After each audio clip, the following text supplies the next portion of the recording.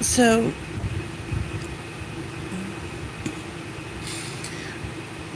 my chest is hurting, like, bad. Um, I I decided not to go to work today. And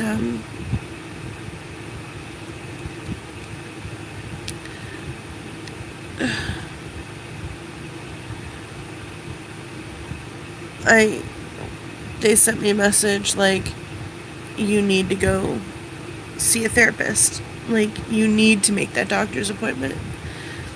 I cannot afford to go see a fucking therapist right now. So, let me tell you why. Okay?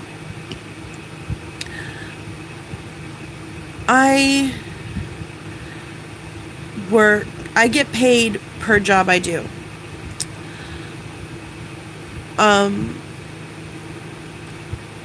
And because I do board games, I get paid for when the entirety of the game art is done.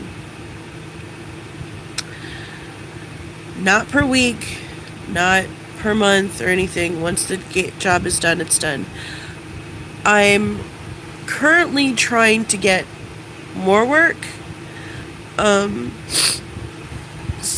Smaller things that I can do so I can get job money.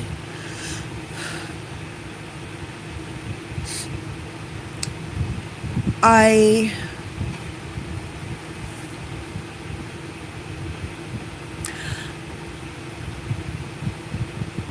am not good with going to a job where their schedule is whatever the fuck they want to give you at that time. Every week is fucking different. I don't do that bullshit. I think I would not mind having a job where it's the same every single time. I can't get a job like that. I can't even I don't have access to, like, public transportation right now. I do not have money to pay a fucking Uber, and I do not have a car. So I'm kind of fucked in that way.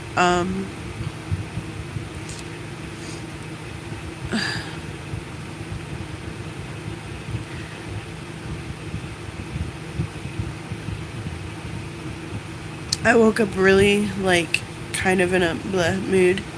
And when I stay home and I realize I'm by myself, I get really depressed. Especially right now because I have PMS. So I'm, like, super emotional, you know? My hormones are up and down, and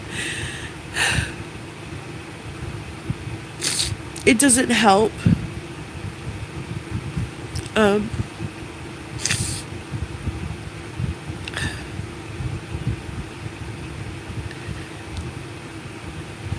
And I don't know,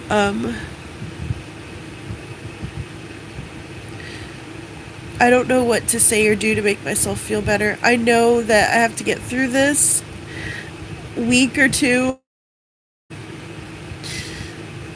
and I'll be okay, and I'll be ever. Kind of. I mean, when I say okay, it's that, I miss my husband, but the pain isn't as bad. Because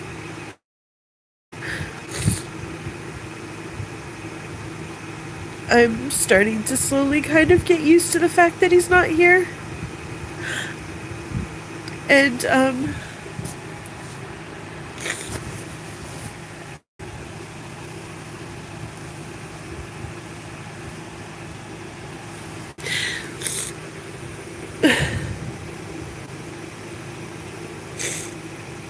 fucking 3 videos within 24 hours is just whatever.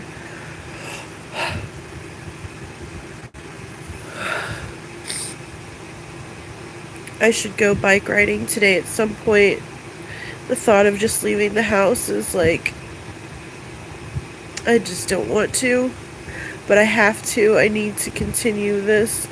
I've been doing really bad because I've been so depressed. It's like, I've been trying hard not to eat whatever I want, but still a few of those little things slip. I'm not binging or like anything like that. Like, I could have had a cupcake yesterday. I could have had a shit ton of cupcakes yesterday. Instead, I opted for a lemon wrap as my carbs. And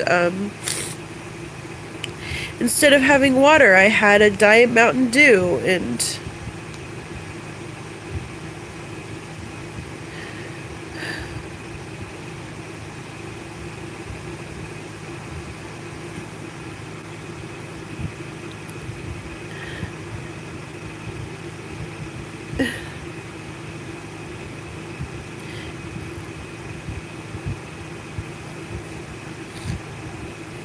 it is so hard, okay, for me to want to continue going on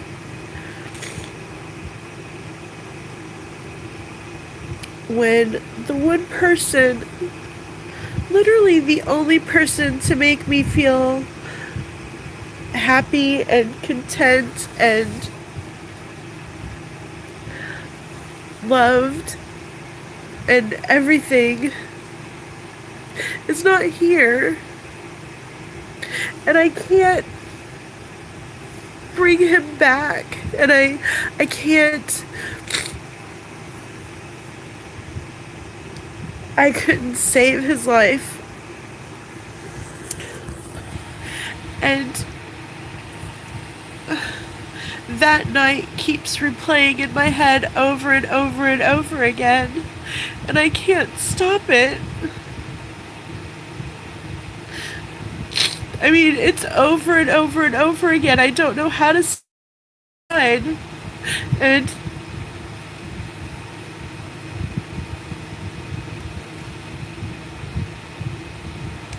so this is what happens. I'm sitting at my computer and I'm watching him. He's been having like asthma attacks and he's been coughing a lot and he's had a chest cold and he's at the end of it. And he says he's cold and he's at the end of it. And he says he's feeling better. He just, and I told him before he went to sleep, we're going to the doctor today because I don't want to hear, I need you to get better. And finally he was like, okay, fine. Well, I'm sitting at the computer. And he wakes up and he's like, I need my nebulizer. It's like, okay. So I get him his stuff and he's like, please hurry. And I'm like, okay. So I get everything, tearing it open, putting everything in, and I give it to him. And he's using it. But his breathing isn't perfect. It's like he's panicking. And he shouts at me. He's like, I need to go to the hospital. I'm like, okay. So I call. I don't call.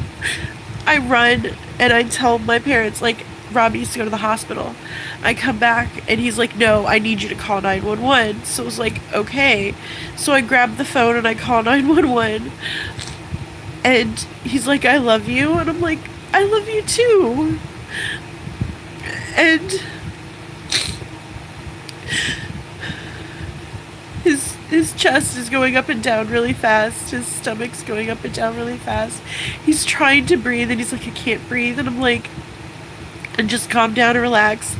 Put this in your mouth and just breathe, okay? Just breathe this in. And I'm on the phone. And they're asking for the fucking address like 5 times. And I don't know how I could be any more clear than what I was. I was going slowly and calmly. Because when I'm in a panic attack, or not in a panic attack, when I'm in a situation like that, everything shuts down, slows down, and I'm calm and collected. And I don't know why that happens, because when I have a panic attack, I'm a fucking mess. But in those situations, everything slows down for me, and I'm calm, and I know what's going on and what I have to do.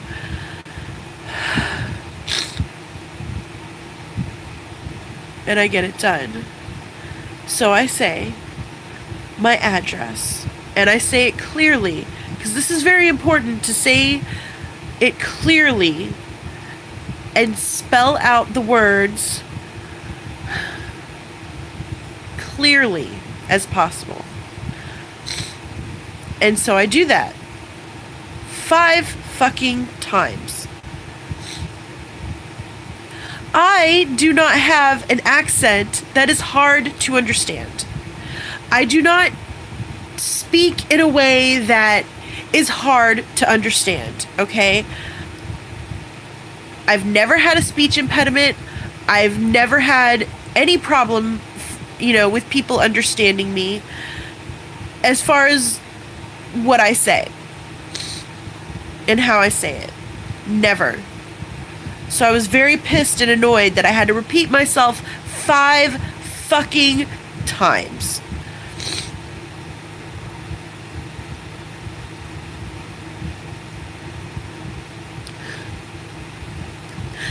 Rob can't breathe. And he looks at me and he's like, I'm scared. Like, I got you. Don't worry, I got you. I got you. And I say this with such confidence and everything. And that's when his face went blank and he went limp in my arms. And I'm screaming that he's turned purple. His lips are blue and he can't breathe and I need help now. And she says, the operator, that people are coming to get him on the floor, on his back, and do compressions. He's laying on the bed, and my husband is not a small man. He was at least 500 pounds, and I love that. I like bigger guys, okay? Tall, big, strong. I like big men. So when I'm sitting here having to pull him onto the floor by myself, he falls onto the floor, but he falls on his stomach, and I'm like, shit, I have to get him turned over. So I try, and I try, and I try, and I'm screaming that I need help turning him over. And no one's fucking coming. A house full of goddamn people, and no one's helping me. Finally, my parents come in, and we get him turned over, and my dad has a fucking problem that Rob has no clothes on. Why is this a fucking issue? This is an issue that he doesn't have clothes on. Who the fuck cares, okay?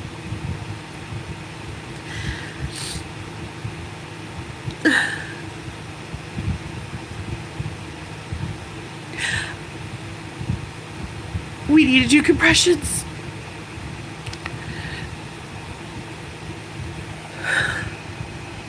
And my dad starts doing the compressions. And he's not doing them how he's supposed to. And I keep telling him, you're going too fucking slow. You're going too fucking slow. So I push him aside and I start doing it the way that the operator is telling me.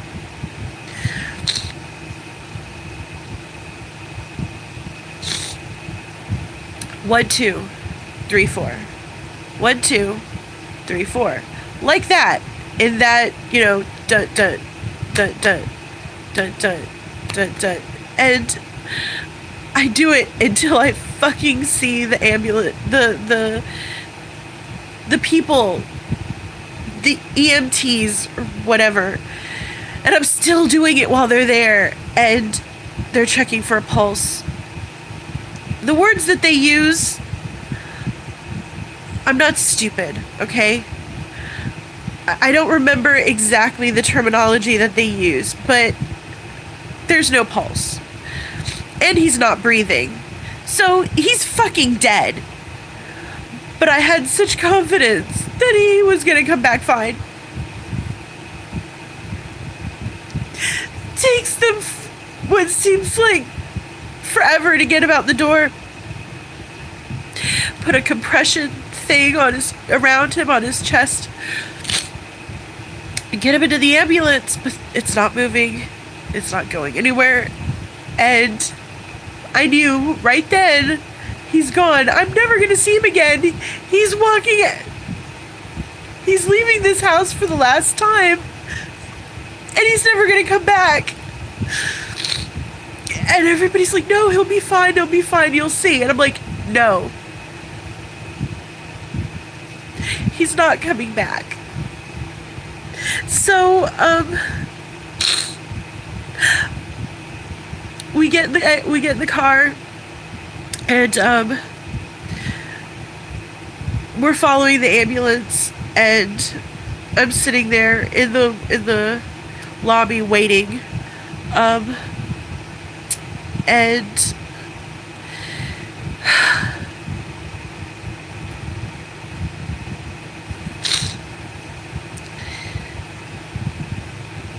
I just want to get back there. I want to get back there because I know I can't do anything, but I needed to be with him. And they take me to the back, into the family room, is what it's called.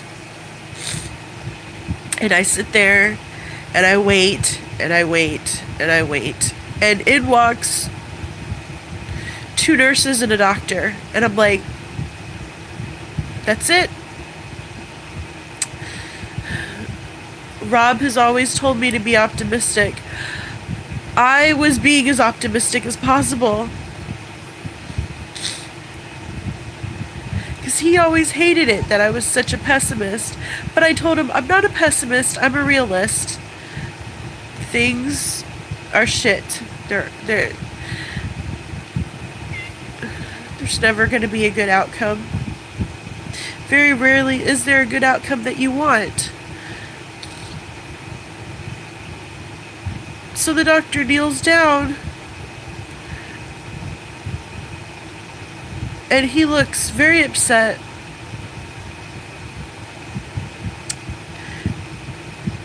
And he's telling me this, and I'm like, did you do everything you could?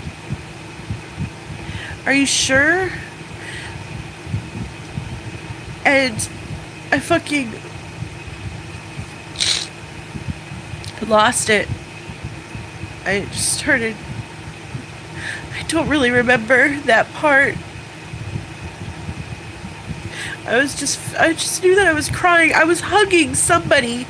I don't even know who I was hugging. I don't know if it was my mom or if it was the doctor or what. I was just holding on so tightly.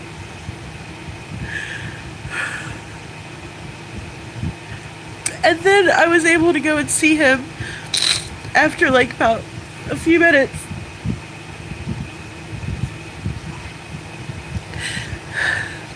I went into the room and I saw him, and he's laying there on the bed. He's cold. He's not breathing. He's gone. And I spent the next 3 or 4 hours trying to get him back. talking to him, saying whatever it is that I could say to see if he would come back to me.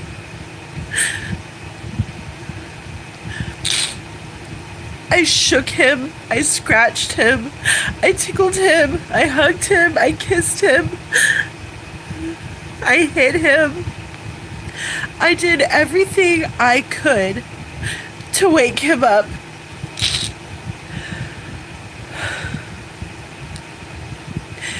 And I realized it wasn't gonna happen, so I had to say goodbye. I tell everybody to leave the room. And I lean over really close. And I'm like, I could feel how cold he was with my lips. I've kissed him so many times that day. On his hands, his chest, his arms, his cheek, his lips, everywhere. I kissed him everywhere. And I whispered in his ear the only thing that was so fucking important. This word, this one word that nobody else knows, that we shared only between each other when everyone else is asleep, and when we're alone, and we would only ever whisper it to each other in our ears.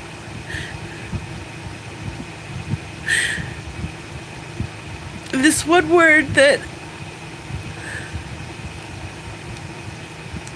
is just so only has meaning to the two of us, in the hopes that even though we're atheists, if somehow somebody told us, I got a message from Rob and he told me to tell you this, that I would know that that I would see him again, you know?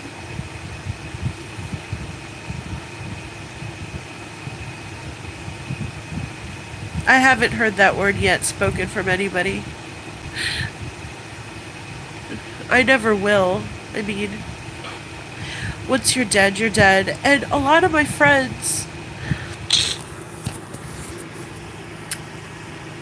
they tell me that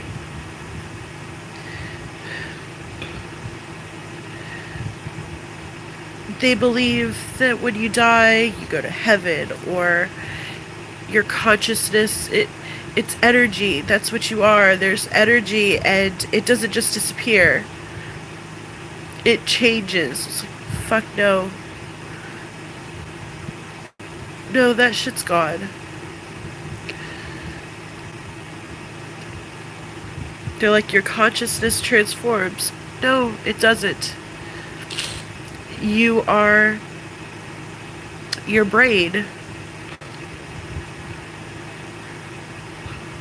Everything about you, your personality, your likes, your dislikes, your memories, everything is stored within your brain. It doesn't leave.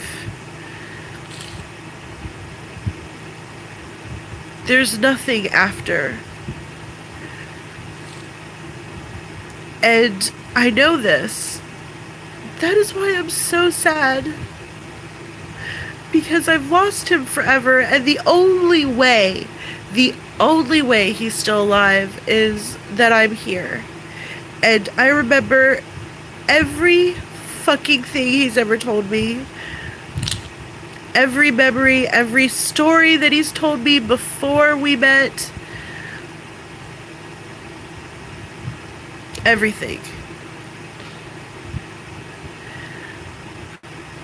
I am what keeps him alive, and that's like one of the big reasons why I cannot just finish myself and no longer be in pain Because if I do, he's gone for good. And I know that's going to happen someday because I'm going to die. It's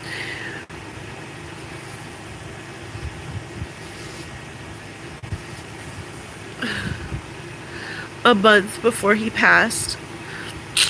He told me something that he had never told me before, ever. He was so scared that I would see him differently and that I wouldn't love him anymore.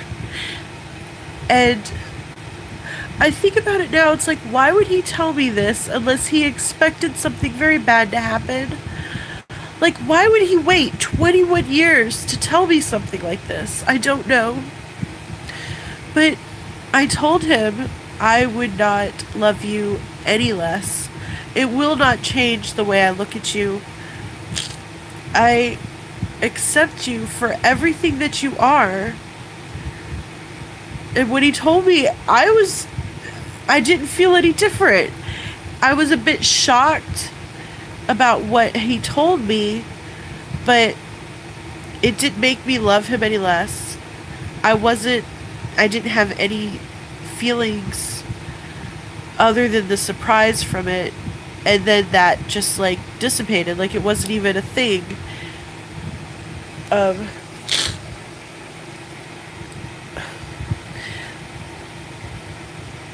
But it makes me wonder, what else, if it took 21 years to tell me this, what else did he not tell me? What else did he keep from me that I don't know?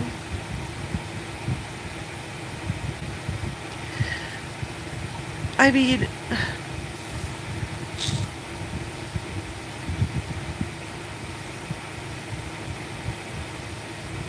it didn't change who he was as a person. And I will never tell a single soul what he told me, because if it bothered him that much that he couldn't tell me for 21 years, I'm not going to say what it was.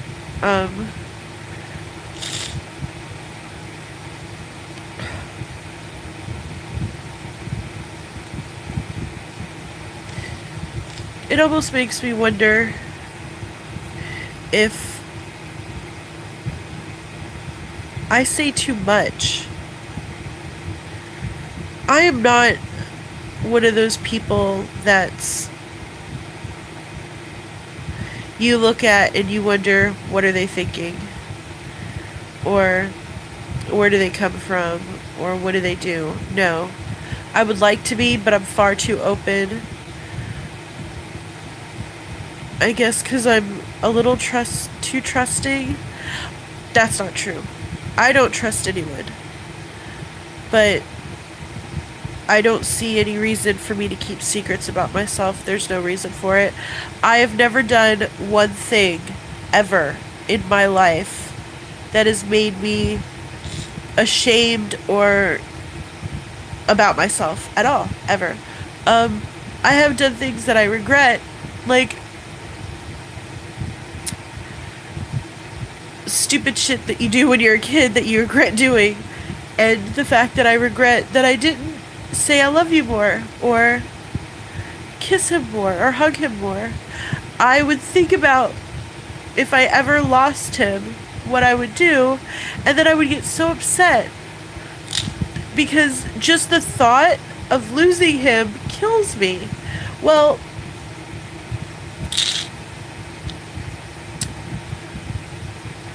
I've lost him.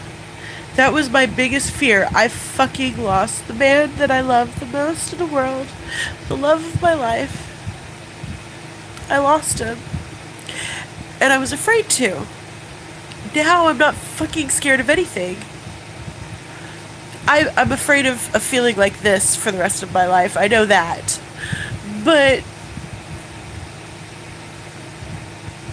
I'm not afraid of fucking spiders, and I was terrified of spiders.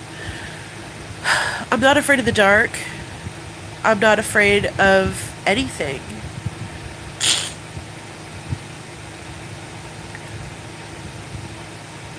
there is nothing that this world can do to me now, or this life can do to me now, that can make me feel worse than what I do right now. There is nothing. You can take everyone else from me. You can. There's nothing. Nothing that can happen to me now is going to be worse.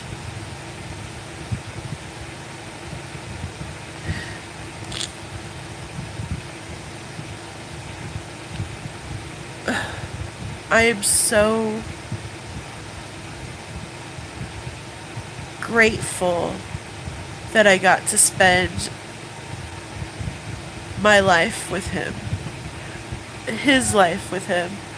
I just wish that he had lasted one more year, because then he could have said, I have now spent over half of my life with you. Because when I turned 31,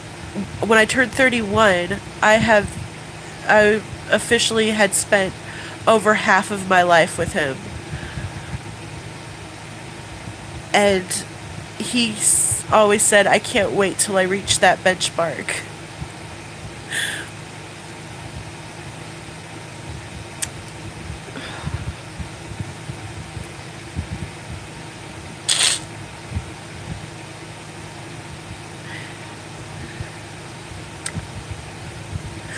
My friends have said that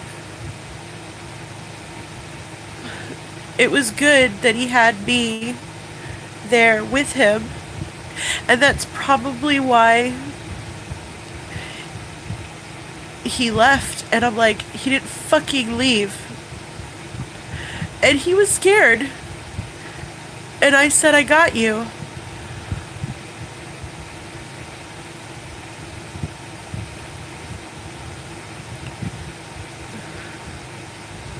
I lied to him.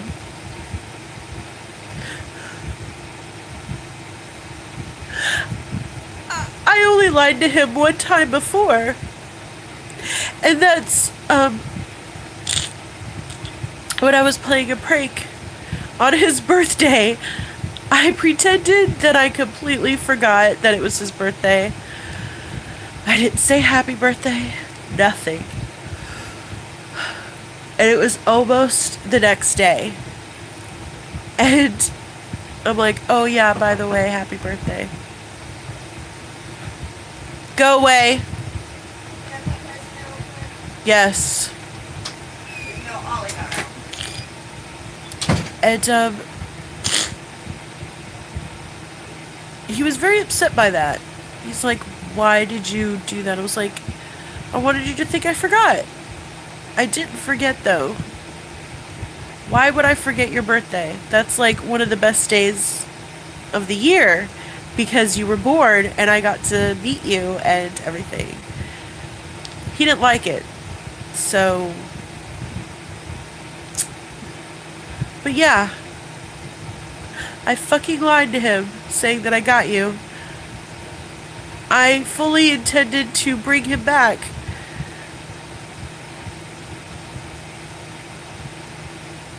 I've never seen anyone die before. And he died in front of me in my arms. And I couldn't do anything about it.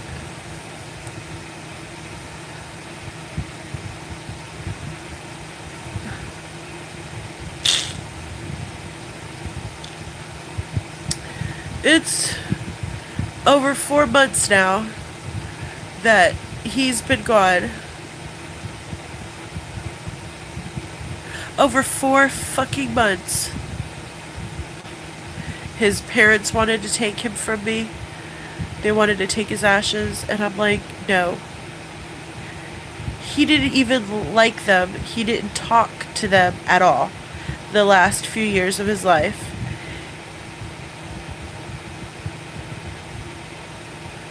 He loves me. And he only wanted to be with me. He was happy with me. So, if he was happy with me in life, why would I allow him to be with you? Two people that has more fucking pictures of your goddamn stupid piece of shit dots and dogs hanging on the walls, sitting on the goddamn fucking furniture, framed pictures of him, and the only pictures you ever had of him were three. A baby picture, his graduation picture, and a picture of him when he was at school. 3 goddamn pictures. 3 fucking pictures. I have pictures of Rob from before I met him. A year before I met him.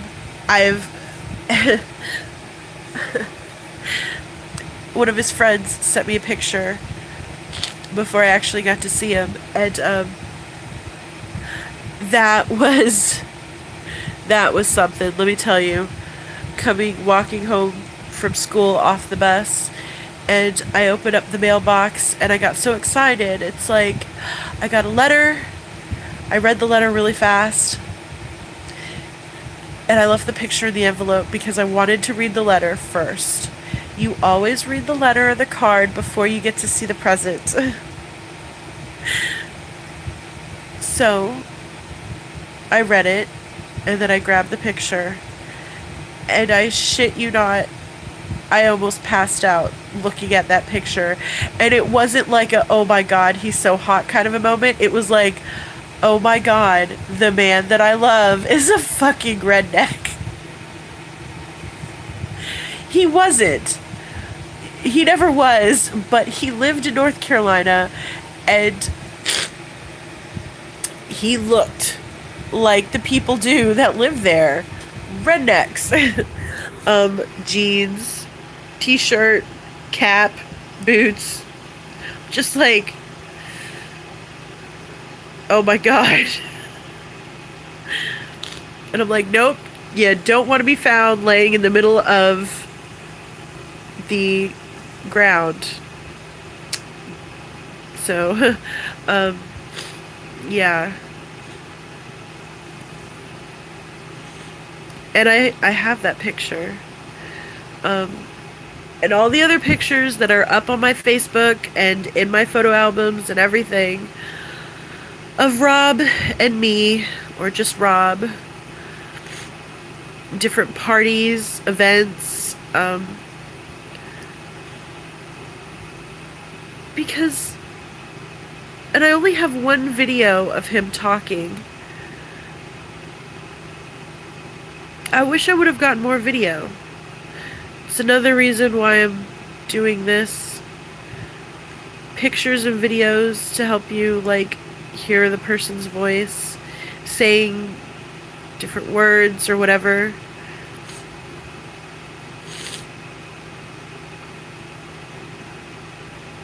In different moods. You want to see me pissed? I'll at some point make a video where I'm like really pissed. I don't care. My life is on camera, or at least the little bits that I allow people to see. I don't care. It doesn't bother me.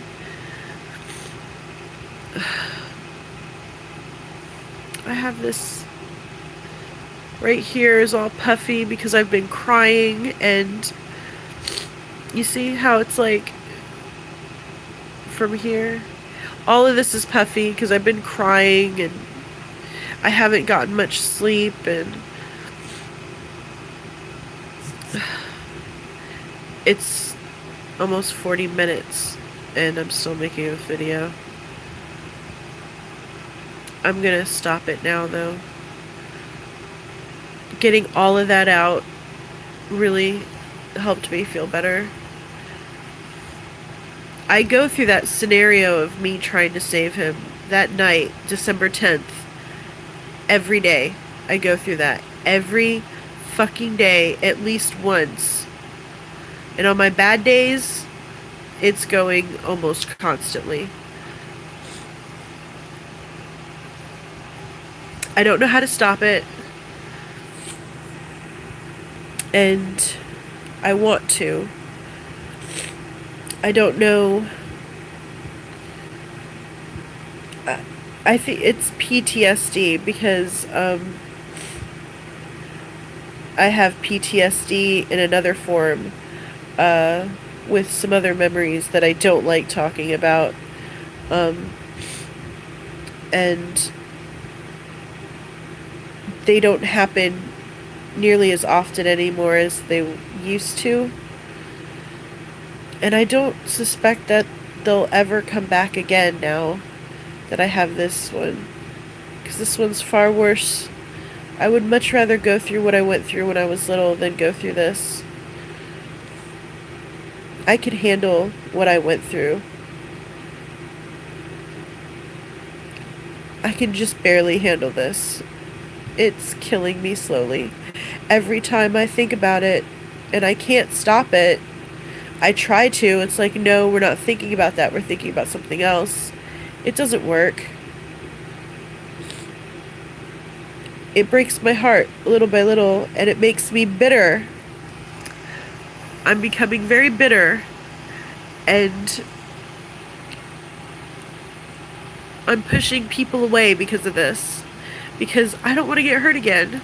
And it's not their fault. It's nobody's fault. It's the fact that I don't want to get hurt. Hopefully I can get past that, because I know that if I fell in love again someday, that would be good, but I don't ever see it. And I know I'm not old. I'm fucking 36. But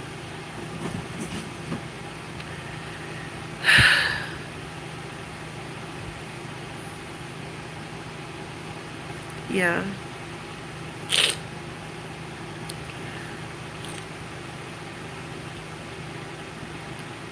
I'm gonna try and have a better the rest of my day, get better.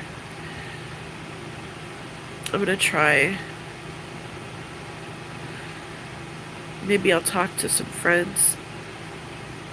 I don't really want to go anywhere. And my makeup still hasn't come off, so this is some really serious shit right here. This lip stain is, I mean, it stains your lips dark.